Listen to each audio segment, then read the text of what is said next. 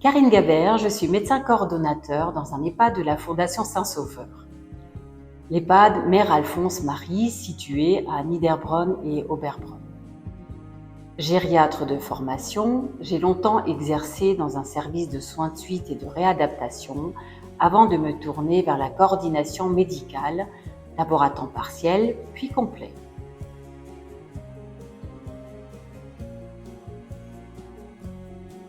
Le médecin coordonnateur apporte un éclairage gériatrique dans des domaines très variés. Il s'implique dans la prévention, la vaccination, la nutrition.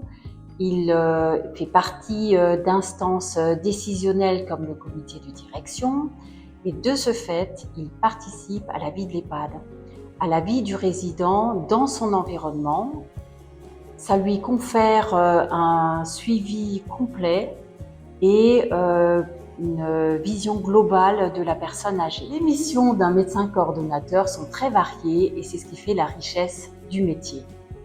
Elles vont de l'élaboration à la mise en œuvre du projet de soins, à l'évaluation gériatrique des résidents et l'animation de l'équipe soignante. Mon métier de médecin coordonnateur, c'est le travail en équipe qui me séduit tout particulièrement. En effet, le travail en équipe pluridisciplinaire composé par des IDE, des aides-soignants, des psychologues, neuropsychologues, ergothérapeutes, mais également les intervenants libéraux, les confrères médecins, les kinés, les professionnels du sanitaire, par exemple les équipes mobiles. Ce travail-là est particulièrement enrichissant et intéressant.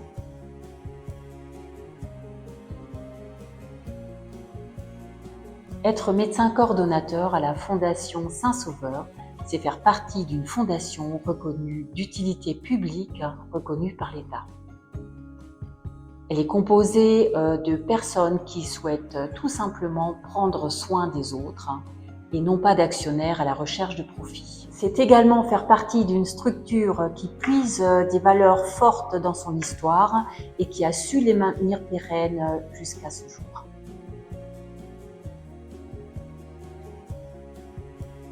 Vivre dans notre région, le Grand Est, c'est être à proximité de Strasbourg avec son rayonnement international au cœur de l'Europe ou de villes charmantes comme Colmar et Mulhouse. C'est profiter d'un fort dynamisme culturel et économique, pouvoir partir dans des sentiers de randonnée dans les Vosges et en Forêt-Noire, relier les capitales par le TGV, ou de destinations touristiques diverses par les aéroports avoisinants. Sans oublier que les épicuriens vont pouvoir se faire plaisir avec une culture gastronomique exceptionnelle.